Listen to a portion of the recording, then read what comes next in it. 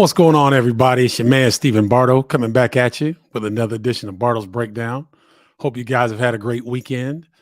Got down to Carbondale to see my parents, and so had a good time and saw my Bryson family as well. So feel good, feel energized, feel loved, be spending time around family. Hope you guys had a similar opportunity as well and got a chance to spend some good time with the people that you care about. Wanted to come on today because there's not as much movement as I had anticipated at this point, but the deadline, which is May 11th, is coming up quickly. So we've got about 3 more days before the deadline for some of these transfers in the transfer portal to make up their mind. Now, graduate players can make the decision at any time, I'm told, but people who put their names in the transfer portal right after the season, for those that are not grad transfers, the deadline is Thursday, May 11th. So we'll have some movement coming up here in the next couple of days, but I just wanted to come and give a little bit of an update because we have had some movement, and I've gotten some intel from some pretty good sources, one being Jeremy Werner, who does a great job with the Illini Inquirer podcast, and then also Isaac Trotter, who is with 247 Sports, that they update the transfer portal on probably a hourly basis because sometimes there is that much movement. So let's get into it. Now, this name doesn't sound like much, but I got great intel from my man, my Mella, a great friend of mine, Sean Morris, who is a Big Ten Network colleague and covers some of the conferences out west. And he said that Josiah Alec will be a player for Nebraska. Nebraska did really well in the transfer portal. We'll talk about that in a little bit, but they've done a really good job in terms of getting some players that would be nice fits for them. And they were also in on some big-time names as well that came up short.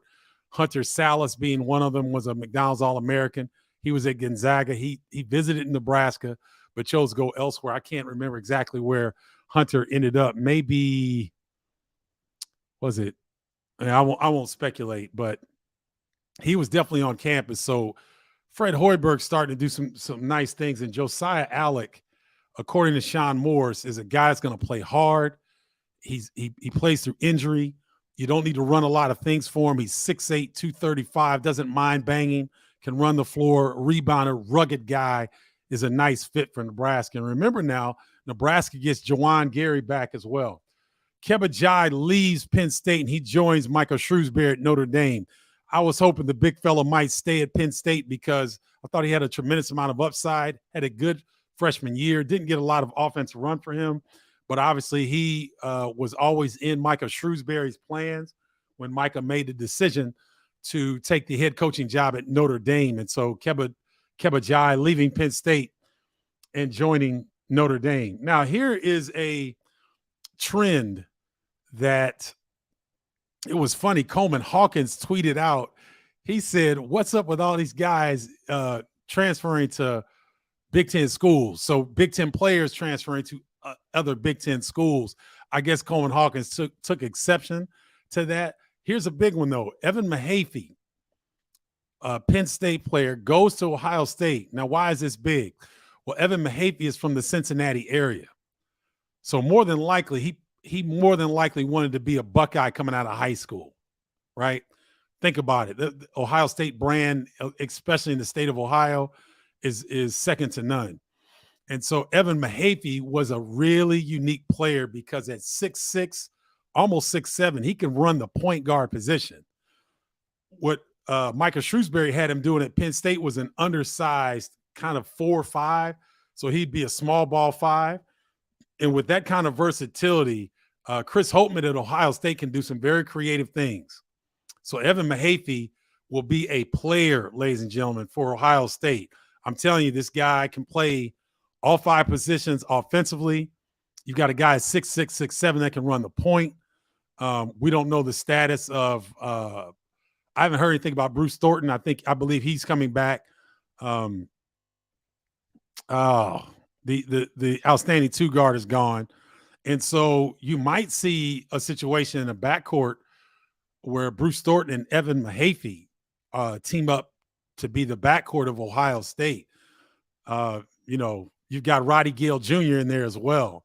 So Ohio State gets a very flexible player on both ends of the floor. He can do a lot of things defensively as well. So it's a nice get for Ohio State.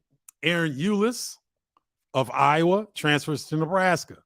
Now, this is interesting because Nebraska trying to get Tomi Naga back. I believe he'll come back. Jawan Gary is back. McPherson left. He left in the portal. And let me pull this up real quick. Just a minute. I don't want to guess. You come back and see. Let's pick out what Nebraska has done. And so Wilhelm Breidenbach, Karan McPherson have left, right? Those guys have left. Now, Nebraska, I didn't put Bryce Williams in, but this is a good pickup. Nice shooting guard from Charlotte joins Nebraska. He's a really nice pickup. So Fred Hoiberg gets to extend the floor as well, with Bryce Williams being able to space the floor. You've got Aaron Eulis, who can get downhill from the point guard position. Rink Mast, that came from Bradley. He's a pretty good player, very highly rated. And so you lose Denham Dawson, who was a small forward that was athletic, didn't get a lot of playing time, but you've got some roster turnover there with Nebraska. But the guys that they've gotten, Josiah Alec, Aaron Eulis, Iowa to Nebraska, Rink Mast from Bradley to Nebraska, and Bryce Williams coming in from Charlotte. Those are really nice pickups for Nebraska. So they will they'll look a little bit different, but I think they'll have more firepower, more offensive firepower than they had last season. I think defensively they'll be better because Aaron Eulis can get after you. He can also push the rock really well. So that's going to be interesting to see what happens with that. We still haven't heard about Ray J. Dennis, who was the MAC Player of the Year out of Toledo Toledo. Let me make sure. I'm almost certain, but I like to make sure. Where are we? Bear with me. Yeah. MAC Player of the Year, outstanding guard, nice length at the point guard position. There was a conversation between Isaac Trotter of 247 Sports and Jeremy Werner on the Illini Inquirer podcast. I suggest you go check it out. They do a really good job. Isaac Trotter was talking about the physical attributes of Ray J. Dennis, but what was really impressive was that they really pushed the rock this season. And so you would think that Ray J. Dennis may have high turnover numbers, but he doesn't. He had 2 turnovers or less in 23 games this season. And so you're looking at a guy who can score. He was just shy of 20 points per game, 6.8 assists per game, 5 rebounds per game at the point guard position. This guy is very, very good. And so it seems as though Illinois is leading in the recruitment of this young man. And it's interesting because he's such a really hot commodity is Ray J. Dennis, excuse me. It's surprising that we haven't heard of more teams that are interested in his services. We've heard Indiana's in there as well, but I would be surprised if Ray J. Dennis, seeing that Xavier Johnson from Indiana got the medical waiver and he'll be back next season to run the point guard position. I'd be really surprised if Ray J. Dennis would want to kind of split time at the point guard position between he and Xavier Johnson if he chose to go to Indiana. So it looks like Illinois is a front runner, but we still haven't heard anything. It's been really quiet on this front. So let's keep an eye on Ray J. Dennis and see where he ends up. Now, this is big news. Boo Buie is going to return for his 5th season at Northwestern. To me, that indicates that his backcourt mate, Chase Audige, may join as well. He may return as well. Um, if so, Boo Buie coming back to Northwestern is huge because that's a stability piece. That's an all Big Ten performer. Um, they've lost Robbie Barron in the transfer portal. They lost the guard that got hurt that I really, really liked. He ended up going to Notre Dame. Let me pull him up. ACC, where is it? Notre Dame. Young man was hurt. Julian Roper is the young man I'm thinking about. Julian Roper was really coming on, strong, well-built shooting guard, and he had a severe ankle injury that really shut his season down. I was disappointed the fact that he left because if he's back, Boo Buie returns, Chase Aldiz returns. Now you've got an explosive backcourt. Now, if Boo's back, if Chase comes back, you'll still have an explosive backcourt. But I thought this young man, Julian Roper, was going to really provide another athletic piece to the backcourt because Aldiz can be athletic. He's athletic, but Roper was a different type of athlete. Get out on the break, get downhill, dunk on your head at the rim. Strong player, love to defend. That's a tough loss, but this is great news for the newly re-signed Chris Collins at Northwestern that he gets his fifth-year guard back in Boo Buie. So that's great news for Northwestern. Let's look at I'm going to look at the transfer portal rankings according to 24/7 Sports. Penn State, this is just the top 30 in the country. Penn State is number 11. They've got 6 commits. And I think their coach has done an outstanding job of pulling a roster together because they've got opportunity. Their roster's been gutted. Penn State had the oldest roster in all of college basketball last year. So a lot of these guys have moved on because of lack of eligibility. Also, we talked about Evan Mahaffey leaving, going to Ohio State. Keba Jai leaves Penn State, joins Notre Dame. He follows Micah Shrewsbury. And so, but when you look at what Penn State's been able to do, Qudus Wahab is a center that if Big Ten fans may remember him at Maryland. He was at Georgetown. Now he comes to Penn State. Puff Johnson is a small forward with 3 years eligibility coming in from North Carolina. I believe he was a McDonald's high school All-American. So you get 3 years of a high level shooting forward in Puff Johnson. Zach Hicks is a nice small forward from Temple. He has 3 years of eligibility remaining. He put up good numbers at Temple. You also get Nicholas Kern and Adrian Baldwin, or they call him Ace Baldwin, the point guard, comes with Mike Rhodes from VCU to Penn State. And so Penn State really has flipped their roster really well. They also have Leo O'Boyle is a power forward from Lafayette. So you've got 6 commits, and that makes Penn State the number 1 team, according to 24/7 Sports, in the transfer portal out of the Big Ten. You look at Indiana, they've got 3 commits. They're number 18. Their big commit was the Kel'el Ware out of Oregon. He committed to Indiana early in the process. So Kel'el Ware comes to Indiana, as does Peyton Sparks, a center from Ball State. So that's going to be interesting to see how they pair these bigs of Kel'el Ware as a 7-footer. Peyton Sparks is a center as well. And then you've got Anthony Walker, who's a power forward, has 2 years of eligibility from coming in from Miami. So Indiana gets really big across their front line through the transfer portal. They're number 18. Ohio State is 23. They have 3 commits in. We talked about Evan Mahaffey coming from Penn State. They also get Dale Bonner is a shooting guard out of Baylor. And also Jamison Battle, who was really early in the process.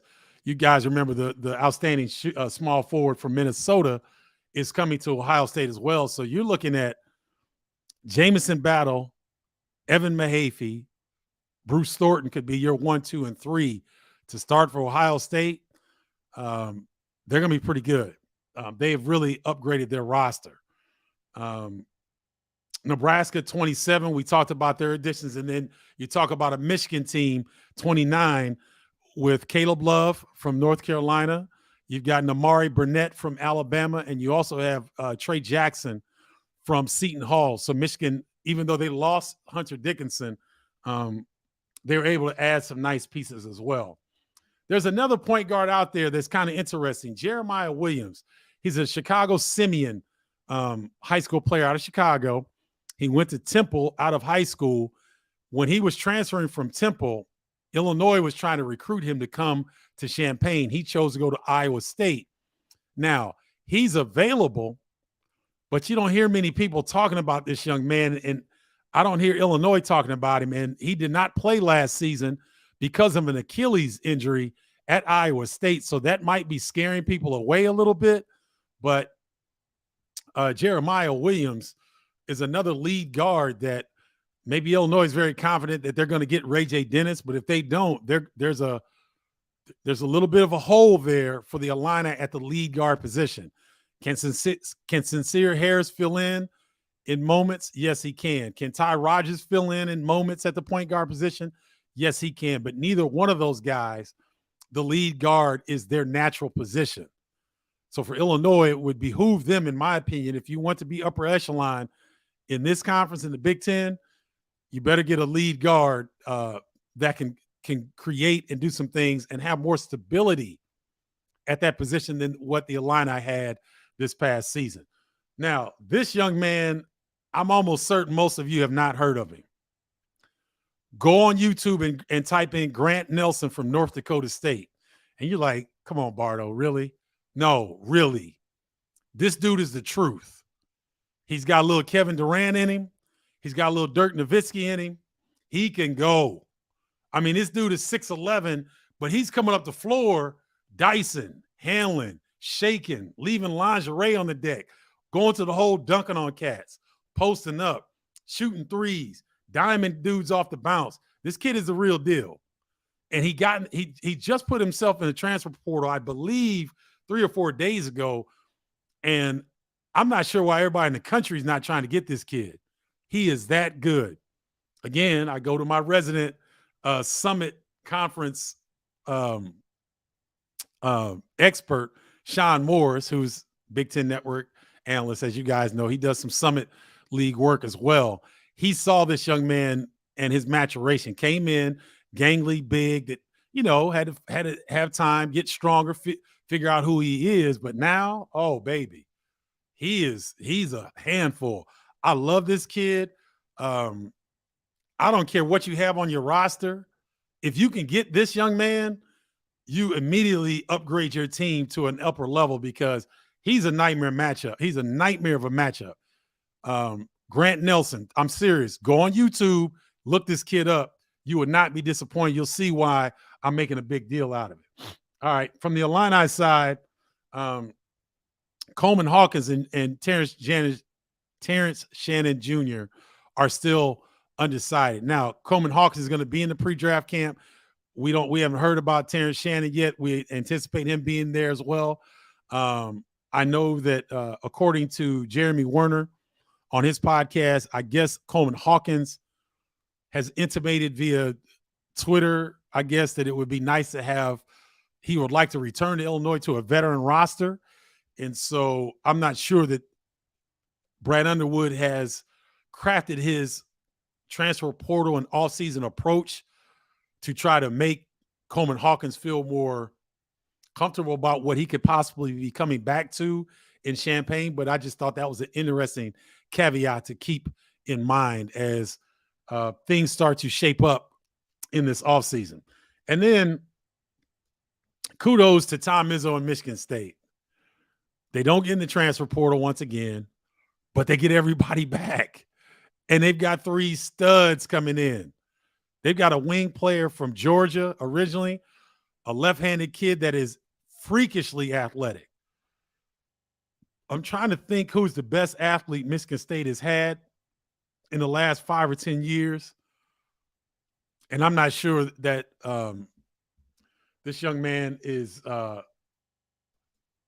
Cowlin is his last name. And then they've got an All-American out of Indianapolis, who's a beast. And I should have gotten these kids' names, but I didn't. And Jeremy Fears, who is from the Chicagoland area, people have been knowing about Jeremy for a long time. Outstanding guard. So Michigan State is going to be loaded. Now, Jaden Akins and AJ Hoggard are going through the process with their names in the draft. I don't expect them to be picked up. I expect them to come back to East Lansing. So you're looking at Tyson Walker, AJ Hoggard, Jaden Akins, Jeremy Fears at the guard position. Then you talk about Cooper, Monty Sissoko, Kohler,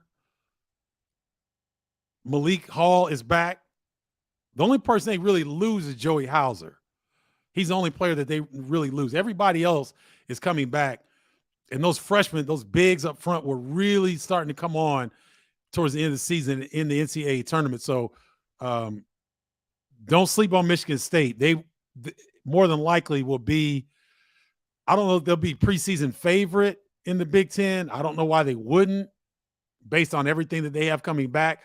If they're not, they'll be number 2. And I believe they'll be top 10 preseason nationally because they bring back that much. They bring back that much firepower. All right.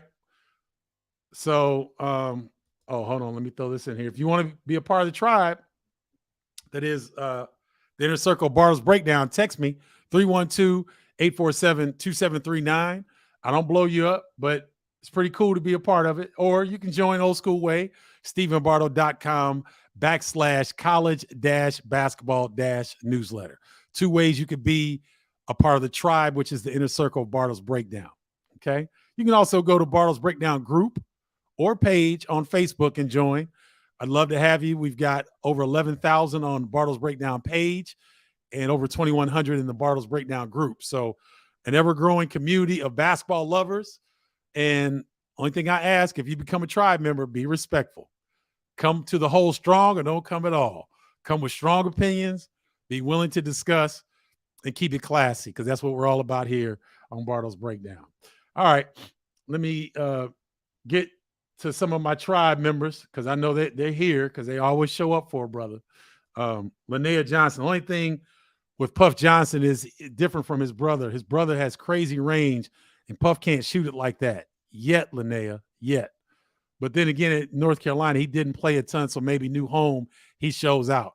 I think, when you have a situation at Penn State where you've got a clean slate, it's a change of roster, change of personnel, change of head coach. You've got a clean slate. And so now Puff Johnson can come in, Linnea, in my opinion, and rewrite what the narrative is on him. Okay, so maybe he didn't shoot it well at North Carolina. Well, I know that if you don't have a lot of confidence, you don't get a lot of playing time. It's tough to live up to or find the potential that you have as a shooter if you're not comfortable and you know that you're going to get minutes. He's going to get minutes at Penn State, so we'll see. Thanks for joining, Linnea. I appreciate you. It's an Achilles injury. Isn't an Achilles injury the worst thing a basketball player can get? Curtis Deese. What's up, Curtis? It's not good. I mean, an ACL tear, MCL tear, Achilles tendon tear. With today's sports medicine and technology, those aren't good. Those are definitely not good injuries, but players have come back and regained their form after those injuries. So let's hope that Jeremiah Williams, the young man who I believe Curtis is referring to here, is in the transfer portal from Ohio State. He's a Chicago Simeon kid. So, and Illinois tried to recruit him when he was leaving Temple to go to Iowa State. Hopefully he can get back to full speed, because he would be a coveted point guard. I'm sure there are teams that are concerned, but he would definitely be a coveted point guard. Hoop Baller Scoop. Good to see you. Thanks for tuning in. Jawan Howard started off his first season rolling. Michigan was going to have top recruits rolling in with the big dogs. Juwan lost 2 players to the G League Elite. Yep. So maybe they come to Michigan and have one or gone to a Final Four. But from afar, the recruits don't seem to be rolling in. Did Isaiah Barnes leave? I believe he did. I think Isaiah Barnes was one of the first people to put his name in the portal. Greg Glenn just announced that he's at Tulane. So Greg Glenn, kind of a small power forward that did get a lot of time this year for Michigan. He leaves and goes to Tulane. Hoop ball scoop, it's interesting because I'm sure there's been much more expected of Juwan Howard. But if you guys remember, outside of Michigan State this season, getting to the round of, they got to Sweet 16, I believe. Yeah. Yes. But Michigan had been the furthest of any Big Ten team outside of Michigan State this past season since Juwan Howard has been in the Big Ten Conference. So has he had the regular season success that many would want to see? Probably not. Has he had the recruiting success? I'm glad you threw that in there because he's actually had 3 players that were slotted and committed to come to Michigan, and they got big money to leave and go to the G League Elite. I think it's 3 players. So over 2 seasons. So that's hurt him a little bit, but he's in on some top names. Terrace Reed Jr. was a highly ranked recruit and starting to come on. And he's going to be able to show out now because Hunter Dickinson is leaving. And, I've heard some people talk about Juwan Howard being indicted as a reason why Hunter Dickinson has left Michigan and is going to go to Kansas. I don't agree with that because you're putting the onus, the people that say these things are putting the sole onus on Juwan Howard trying to control and make everything perfect for Hunter Dickinson. That's impossible, ladies and gentlemen. Hunter Dickinson is an extremely smart young man. He's got his own podcast.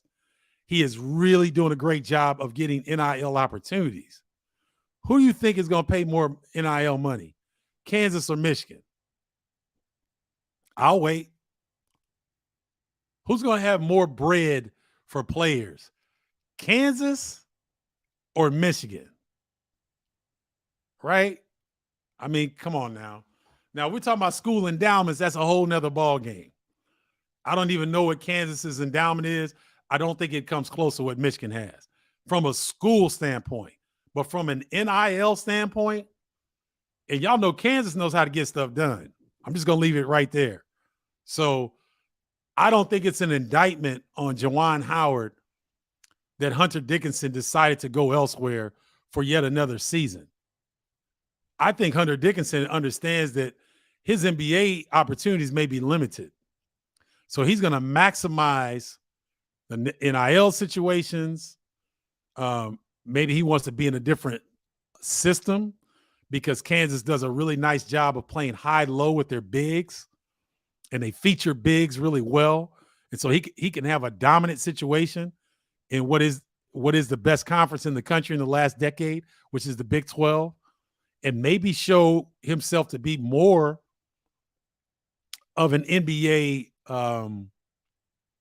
asset, possibly, by playing at Kansas, by playing against Big 12 competition night in, night out, to being the featured big in a national contender. I think it's safe to say that we can look at Michigan and they don't appear to be at the national contender level at this point, even though they've got some really good transfers coming in. I still think there's a lot of uncertainty there where, you go to Kansas and you got DeJuan Harris, who's been around college basketball forever, who's won a national title, who's one of the best point guards in the country, who's going to feed you the rock. You're going to be highlighted at Kansas. I don't think that is any indictment on Juwan Howard whatsoever. I just think that's a smart young man making decisions to maximize his opportunities at this level. Thank you, Hoop Baller Scoop, and thanks for tuning in. I really appreciate you. How is Indiana going to replace Trace Jackson Davis? You don't. You don't replace a player like that. Um, you kind of retool your roster. And now when you look at college basketball, Michigan State is an anomaly. They they have the pieces in place. They've got the veterans that have been there a year or 2 or 3 years. And they've got continuity. College basketball and continuity are going to be few and far between. And so what Mike Woodson has to do at Indiana is to now they have to look at their team. They have to assess their strengths with losing Jordan Geronimo, who goes to Maryland. They lose Tamar Bates. He goes to Missouri. But you still have a nice core group in your roster that now who do you need to feature? Jalen Hood-Schifino is going to go to the NBA. He'll be a first-round draft pick, if not lottery. So now you get Xavier Johnson back. You get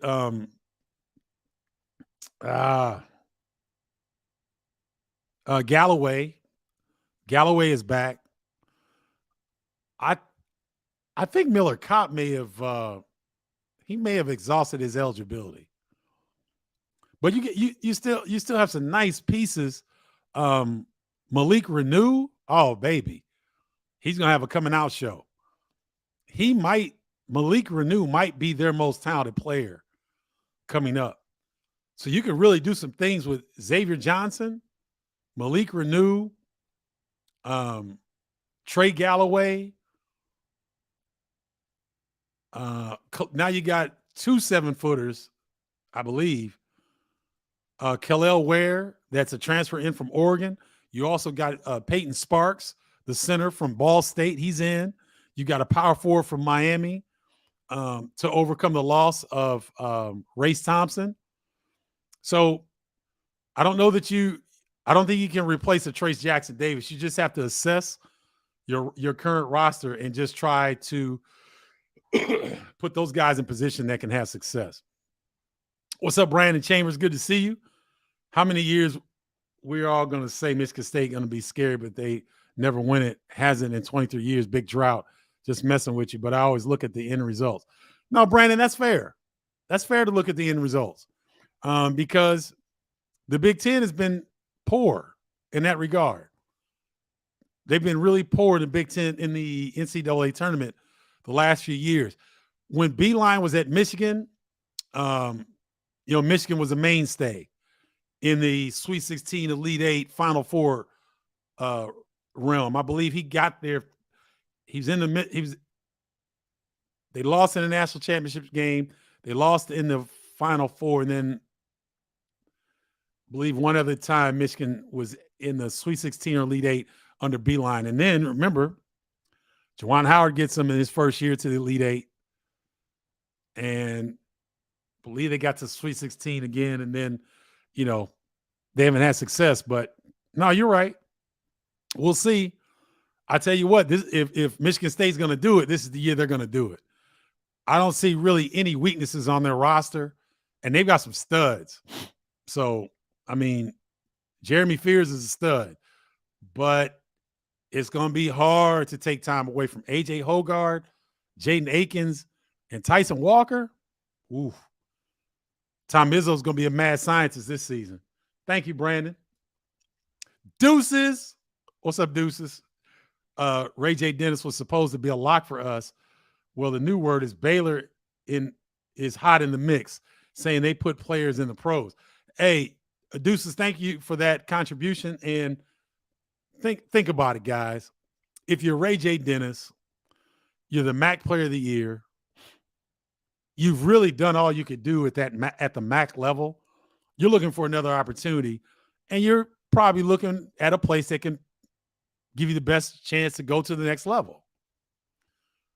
You look at what Baylor's been able to do. They've been guard university for a little bit, for a minute.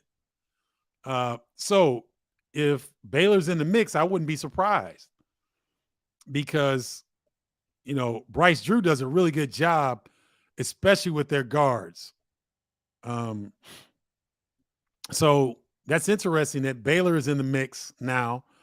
But it was really interesting, Deuces. I don't know if you felt this, but it was really quiet. Once Ray J put his name in the transfer portal, everybody said, "Oh, he's going to Illinois. He's a lock for Illinois." But then everything went quiet. So thank you for this insight, because it's interesting to see what all is going on, because he's a critical piece if the Illini want to remain in the upper echelon in the Big Ten. When does USC come to the Big Ten, or is it another team coming to the Big Ten? Trandis Johnson. USC and UCLA, not this upcoming season, but the following season, will join the Big Ten Conference. So big news from USC that Bronny James, LeBron James' son, has committed to USC. Huge news. But I'm not sure that it's going to affect the Big Ten Conference, because it's pretty much a done deal that Bronny is going to be a one-and-done kid and will join his dad for LeBron's final season in the NBA to do something no other father and son combination have done in the NBA, and that's been on the same team. I believe it was done once in baseball with Ken Griffey Jr. and Ken Griffey Sr. playing for the Seattle Mariners, I believe, for a season or two. And so Bronny James to USC is a huge get, but I'm not sure it's going to have much of an effect on the Big Ten, because if he does only play one and done,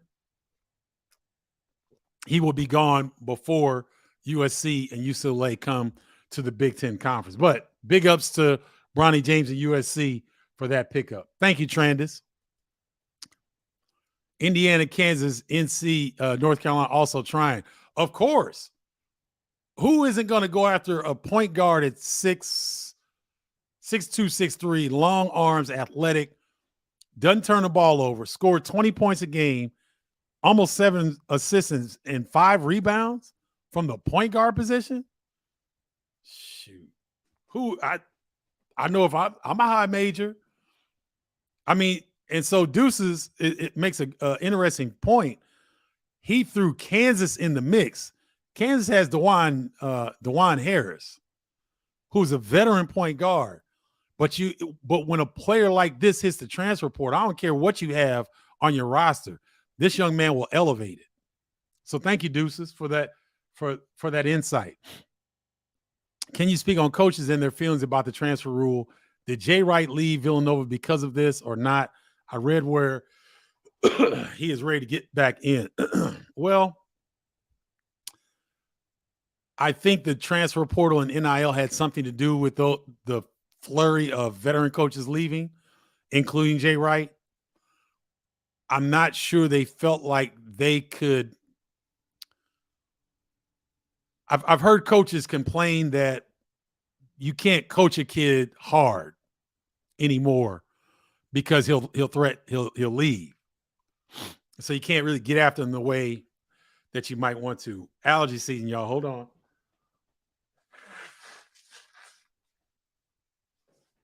Pardon me for that. So here's the thing. Why can't you coach kids hard? Did you see Jim Dutcher, the head coach of San Diego State? Did you see Dusty May, the head coach at Florida Atlantic University? Did you see Jim Larinaga, the head coach at Miami? Did you notice their styles of coaching? They're not and cussing at the guys and all this stuff. They're coaching. They're assisting their players. They're directing their players. They're not browbeating them. And so these old school coaches are used to having control and their way. They don't want to have to adjust because they may not feel comfortable in adjusting their approach to coaching players in this new era. So I love Jim Larinaga because he shows that you don't have to yell at kids. You don't have to demean kids. Now, hold them accountable, of course. Of course. Get after them when they need to get after, of course. But if you can't adjust in this new era of coaching, then you need to get out of coaching. So I don't have anything against Roy Williams Coach K, Jay Wright. I don't have anything against them for their decision. I get it.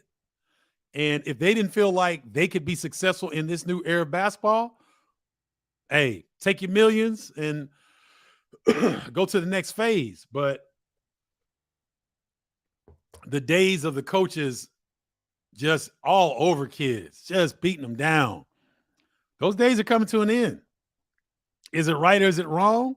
I don't think my opinion matters in that scenario necessarily. I don't think it matters. All I know is that the players make or break programs. Coaches guide players, but if you don't have players, you can't win.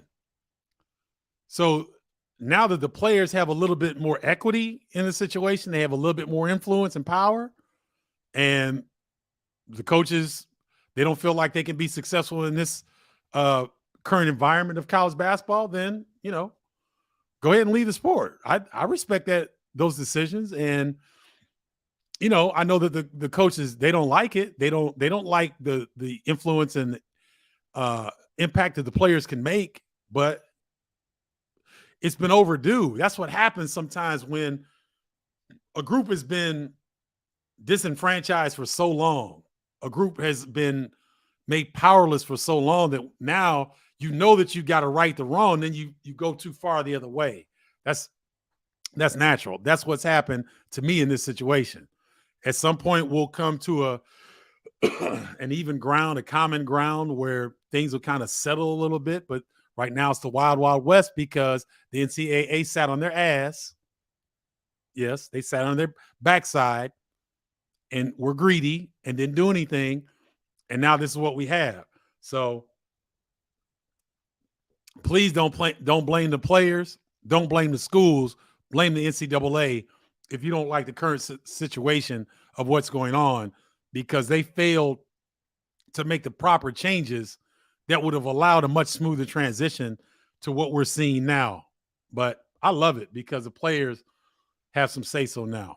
How do you think Pitino will do at St. John's, Lex Anderson? I think Rick Pitino can coach anywhere. There was never a question about his coaching ability. His ethics, on the other hand, are in question. But Lex, college programs are duplicitous in what they say what their mission is, and then actually what they do. That's what I'm going to say about that. I think he'll do well because the dude can coach. He's won everywhere he's been. He even went over to Greece, I believe. He's in the Greek league, the top league over in Greece. I believe they won a championship. So it doesn't matter where you put him. He can coach. To me, it's just, it's kind of, I don't know. His ethics bother me a little bit when, certain programs say one thing, but then, they're about the dollars and cents, pretty much. What's up, Pooh? Watch other conferences. The players seem skilled, more up and down hoops, but the Big Ten is slow, grinding style. The Big Ten gets this narrative that they don't push the rock. That's not true. Does it become a grind out game every now and then? Yes, but the Big Ten gets up and down. Illinois likes to push. Michigan State has always liked to push. I believe that Michigan did not push this year because they lost Jalen Llewellyn, a veteran point guard, to an ACL tear. They had a freshman at the point guard position. So in order to protect him a little bit, I believe Juwan Howard slowed down what Michigan was doing. Indiana likes to push the rock. Northwestern will slow it down based on the way that they needed to play to be defensively strong. Iowa pushes the rock. Wisconsin slows it down.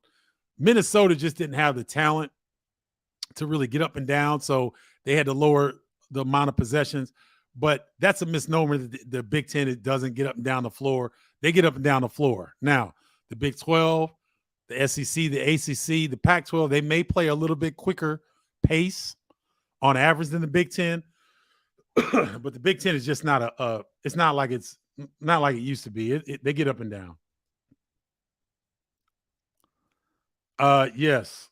Kansas knows how to get things done.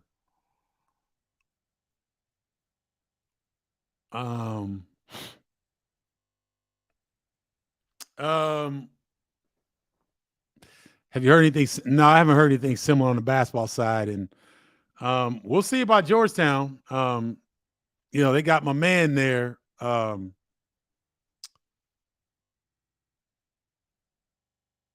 Ed Cooley, one of the best coaches in the country. It's only going to be a matter of time before Georgetown rises to a prominent place because he's going to get it done. What's up, Boo Man? Michigan State number 4, Purdue at 17, Wisconsin 22, Maryland 23. This is ESPN's too early rankings. Yeah, and thanks for sharing that, Boo Man. It's too early because we haven't even seen all the player movement settled yet. However, I get Michigan State and Purdue. Wisconsin at 22, though, that's a head scratcher. Unless Tyler Wall and Steven Crowell are back. I know Chucky Hepburn's back. Connor Essegian obviously is back. Max Klesmit, I'm not sure if he has eligibility left because he transferred in from Wofford.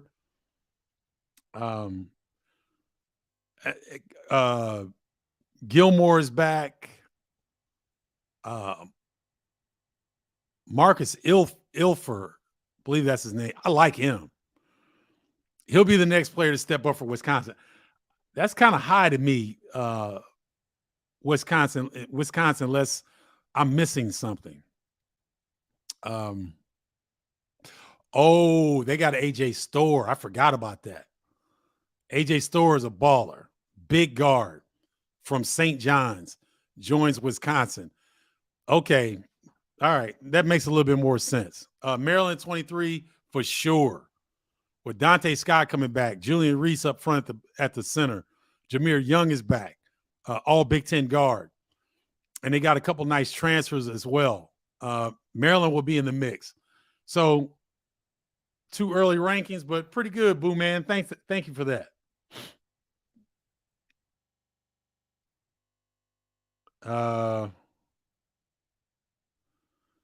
Indiana's the only school in the Big Ten to not win the Big Ten tournament title. I'm not sure about that. If you say so, I'm gonna go with what you're saying. That surprised me as well, especially because a lot of those are played in Indianapolis. Is NIL money more important than playing time for elite players who are considered in Illinois? No, Tarun, I think good to see you, Tarun. Thanks for tuning in. I think they go hand in hand. NIL money is interesting, and it's, the figures that we hear may not be accurate because there's not a mechanism to where everybody has to report what they're paying in NIL. So, it's rumored that Illinois did very well for their players and that they are upper echelon in terms of teams around the country with NIL offerings because the alumni base, fan base, very, very strong in Illinois, and understand the importance of competing at the NIL level. Indiana was one of the first to build those, what do they call them? Collectives. Indiana was one of the first to build a nice collective. So Illinois does well in that regard. But I think elite players want to play.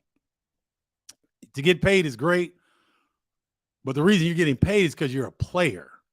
So I always think time, the ability to get big, to get big minutes is really going to be the thing that gets players over the top.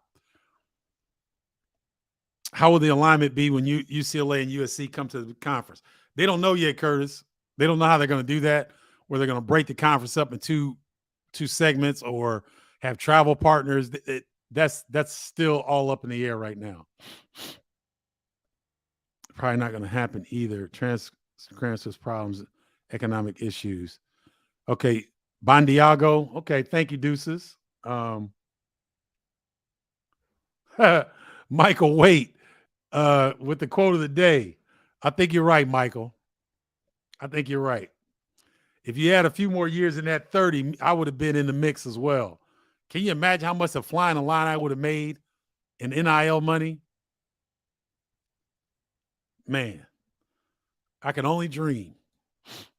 Or the chance of having Bardo's Breakdown get together sometime, maybe in a line football game. Curtis, I'm just gonna say it out here since because you support you're a tribe member. So I'm just gonna put it out here. Um, I've got tickets now to certain games that I'm going to share with tribe members and people who have supported me. Um, I would love to do a summer thing, maybe in Champaign. I was thinking about Chicago, but maybe in Champaign we do like a informal gathering, maybe at a sports bar. Maybe we go out to a park and just have an hour or two meet and greet. You know, maybe have I'll talk to a local restaurant or food establishment place, and maybe they can sponsor or maybe we have something at one of those establishments. Maybe we have a show that I can come up and allow tribe members like yourself, Curtis, to come up and tell us what you're doing and what you would like to do and like to see. So hold me to that, Curtis. Let's put this little get together down in Champaign sometime this summer or Chicago, depending on where the most, or maybe both. Just do one in Champaign and one in Chicago, so that we can get the majority of the tribe members. Because I believe in my research, I need to go back because we've had some new members, but the majority of the tribe members, the inner circle, that is Bardo's Breakdown, majority of them are between Champaign and Chicago. So great idea, and I got you covered. Thank you, my man. The gray looks good on you, Bardo. Thank you, Chuck. I appreciate it, man. I try to live authentically.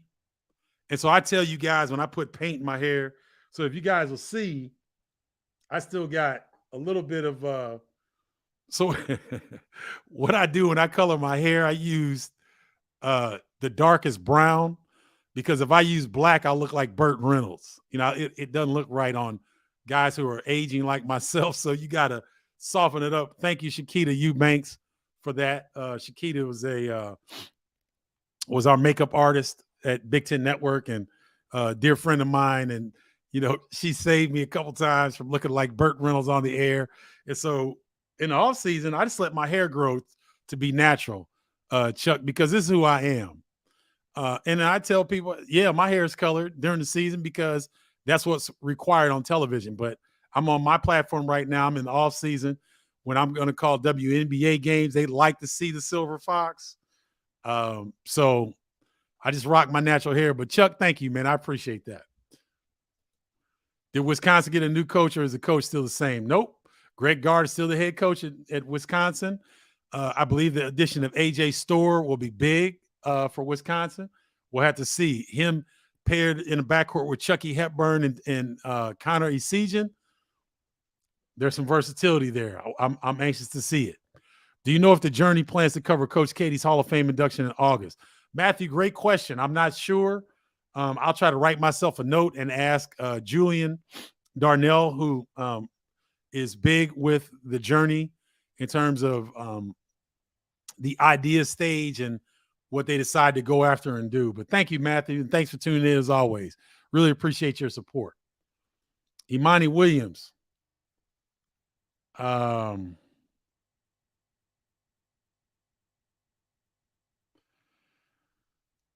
Okay, remember the team we lost to Q's, and they had an NBA team: Miles Bridges, Jaren Jackson, Cassius Winston, Nick Ward, Josh Langford. How did that team lose? Syracuse back in the day, Monty, is, not recently, but 4, 5, 6 years ago. Pardon me. And before, that zone of theirs is very difficult to go against, especially in a tournament situation with a quick turnover. So, and Syracuse had some pretty good teams under Boeheim. Not recently, but 5 or 10 years ago. So I could see that. I don't think Akins, and it's just my opinion, Imani. I don't think we have to worry about Akins and Hoggard leaving. I I think they're going to get more information. They're going through the process, but I don't see a scenario where they'll leave Michigan State to go into the NBA because neither one of them I don't think will get drafted. I said we bring back the '89 team and show these young players how it's done. No, they're doing fine. I think we had our glory time, we had our run. We've got great memories from that team. But Brad Underwood, if they can get Ray J. Dennis, they could have a pretty good season. Because remember, guys, Illinois would get bogged down because they just had inexperience at the lead guard position. They were asking Terrence Shannon to run the point, to initiate the offense sometimes. You want to keep a thoroughbred like that off the ball as much as you possibly can. Now, you want to see him push after a defensive rebound to get out on the break? Yeah, I'm fine with that. But in the half-court set, to have Terrence Shannon trying to initiate to get his shot or to get somebody else's shot, I think that took away from his abilities. I think if Illinois can get a veteran lead guard in, it doesn't have to be Ray J. Dennis. It could be Jeremiah Williams from Iowa State, right? He didn't play last year. He's coming off an Achilles tear or Achilles injury. I'm not sure if it was a tear, but it was an Achilles injury. He did not play. And I'm sure the teams that are interested in this young man will do their due diligence in terms of making sure that he has a clean bill of health. But if Illinois does not get that lead guard that they covet, I think that will cap their ability to have a great season, even if Coleman Hawkins and Terrence Shannon return. Just my opinion. What's up, Dave Crosby? Good to see you. Where do you hang out in the Quad City?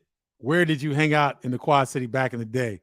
Dave, that was so long ago and so many 40 ounces ago. Man, where did I hang out in Quad City? I was in some hole in the walls, man. You know what I'm talking about, over in Rock Island, over in we hung out in Moline a lot. Didn't hang out in Davenport that much. We lived in Davenport, but we'd always come out to the Illinois side to hang out. I don't know why, but yeah, I can't remember specific names. That's funny. Dave Crosby is referring to my days in the Continental Basketball Association, playing with the Quad City Thunder. Had great times there, great times developing my game, great times with my teammates, and met some great people in that Quad City area, which is Davenport, Iowa, Bettendorf, Iowa, Rock Island, Moline, and East Moline, Illinois, make up an area that is along the Illinois-Iowa border, and they call it the Quad Cities. That's what Dave is referring to. What's up, Mike? Good to see you. When is it too old to be going against 17, 18-year-olds? Of course, they have the advantage playing against younger players, but what age you say is too old? You don't want no 25, 26-year-olds battling kids. Sorry, it's a weird question. No, Mike, it's not a weird question. It's actually a good one. I think one of the reasons that Jalen Pickett at Penn State was able to have so much success is because, he was about 5 years from getting his AARP card. That dude was old, man. Penn State was old. They had 23, 24-year-old guys. I believe Derek Walker Jr. at Nebraska was 24 or 25. And these guys getting this COVID year. This is what's throwing everything off, ladies and gentlemen. The COVID year has really messed up college basketball not from a continuity standpoint, but from a high school senior standpoint. They've really been hurt by this COVID rule, giving everybody an extra year of eligibility if they want it. It's really, really made things difficult for high school recruits coming into college basketball. And so that's why you see the discrepancy of the ages, because they're getting fifth years, they're getting COVID years. And so it's allowing guys to be 24, 25 in college to be going up against possible 18-year-old guys like Sincere Harris, like Jaden Epps, like Sky Clark. All three of those freshman guards in Illinois were having to play against Boo Buie, 22, 23. Tyson Walker, Cam Winter was 23. Andrew, the sharpshooter that lit Illinois up twice, he was 22, 23. So I think the COVID year has really kind of added a lot of older players to the mix. Good question, Mike. Thanks for sharing. What's up, Marty Scott? Will Shannon come back to Illinois? My opinion, no, I doubt it. I think if he's told that he's drafted anywhere in the top 30, he doesn't have to be a first round draft pick. If he's top 30, well, that would be a first round draft pick. If he's top 35, top 40, I believe he's gone. If he can get some assurances and, there's a team or two that says, hey, if you're still on the board at 35, 36, we're grabbing you. If he gets that assurance, I think he's gone. And I think he will. I think the athleticism, the size, he's shown the ability to improve his shooting from the outside. He'll be a 3-and-D type wing player at the NBA level. I don't see many scenarios where he comes back. If he does, great for Illinois, great for us as Big Ten announcers. But just looking at everything right now, I don't think he comes back. Was there ever a time you became a fanboy in your career? I've been lucky and have got to meet most of my favorite athletes. I was a fanboy Friday night, ladies and gentlemen, because I got to be with Dr. J. We were taking pictures and got a chance to talk with him. There was a reception before we got a chance to chop it up with Dr. J. And I was still fan. I'm 55 years old, and I felt like a fanboy. I played it cool. I was cool, and but I still get excited around those guys. If I saw Walter Davis right now, George Gerving, and Michael Thompson, I believe Michael Thompson may have passed. But if I saw him, I fanboyed out on Bob McAdoo. Coach, what's that guy? Coach Fitzgerald. He's a scout with the Miami Heat. He knows how much I revered Bob McAdoo. Bob McAdoo works for the Miami Heat. So he brought McAdoo up to a game in Milwaukee, and I got a chance to meet him. And I wasn't fanboying out, but inside it was like, dude, Bob McAdoo was the truth when I started watching NBA basketball. So, yeah, I fanboy every now and then. I don't see nothing wrong with it. I don't see nothing wrong with it. Let me see. Now, this is an interesting question. Could a player live off a CBA salary back in the day? There was some forward that played several years for the Thunder. Well, I'm going to let you in on a secret, Curtis. Towards the back end of my career with the Chicago Rockers, that was our name. The Chicago Rockers, I was making six figures. And it was unheard of. I was one of the first guys to ever do that at the CBA level. But I made six figures. My last year in the CBA, I made six figures. So, yeah, back in the day, yes. Now, I think they're up. The average salary, I believe, is $35,000 to $55,000. So you can make a living in the CBA, in the G League is what they call it now. I believe that's between 35 and 55, something like that. I believe. Obviously, they've got some other outliers who there are probably a few players in there making six figures. But back in the day, yeah, you could. I was very fortunate. All right, that looks like that's it for the questions. Let me remind you and thank you guys for joining Bardo's Breakdown again. If you want to join the inner circle, that is the tribe. Text me 312-847-2739. Or you can go to the email, stephenbartle.com/college-basketball-newsletter. Always a pleasure to join you guys. Thank you so much for tuning in. Love having you guys on. The deadline is May 11th, so if something happens, I'll come back on and go live to update you guys. But thank you once again for your support and your time. It does not go unappreciated. All right.